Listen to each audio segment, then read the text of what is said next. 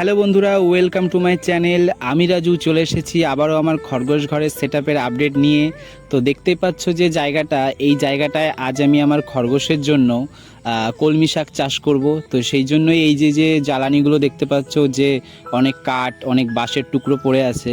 তো এগুলোকেই আমি এখানে সরিয়ে একটা গার্ডেন মতো করব ছোট্ট করে, যেখানে আমি খরগোশের জন্য কলমি শাক চাষ করব। চলো বন্ধুরা, আমি আমার কাজ শুরু করে দিই। জ্বালানিগুলো আস্তে আস্তে এখান থেকে সরিয়ে ফেলি।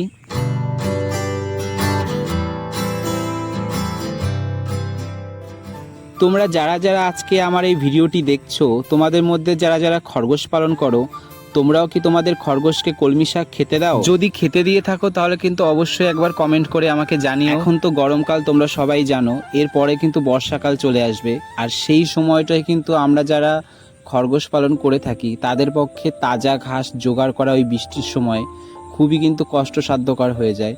তো এই জন্য এখন থেকেই আমাদের ভাবা উচিত খরগোশের জন্য বর্ষাকালে কিভাবে খরগোশকে টাটকা ঘাস দেওয়া যায়। তো যাই হোক বন্ধুরা, তোমরা তো দেখতেই পেলে এখানে যত জ্বালানি, যত কাঠের টুকরো, যত বাঁশের টুকরো ছিল সবই আমি এখান থেকে সরিয়ে ফেলেছি। আর এই কোদালটা দিয়ে দেখো আমি পুরো চারপাশে কুপিয়ে কুপিয়ে ঠিক করে নিয়েছি, যাতে যেটুকুনি জায়গার মধ্যে আমি কলমি শাকটা চাষ করব, তো সেইটুকু জায়গা আমি এবার কোদাল দিয়ে কুপিয়ে কুপিয়ে ঠিক করে নেব। তো দেখতেই পাচ্ছ বন্ধুরা, এই গরমে এইটুখানি কাজ করে আমি কতটা ঘেমে পুরো জল হয়ে গেছি। তোমরা শুরুতেই এখানে দেখেছিলে যে কতগুলো জ্বালানি মতো এখানে ছিল, যে বাঁশের টুকরো, কাঠের টুকরো। তো সেই বাঁশ আর কাঠের টুকরোর নিচে কিন্তু অনেক জমির ঢিলামাটি ছিল, আর এই ঢিলামাটি ছিল আমাদের জমির এই যখন চাষ দিয়েছিল তখন সেগুলোকে বড় বড় যে ঢিলা ছিল সেগুলোকেই সংগ্রহ করে আমি রেখে দিয়েছিলাম।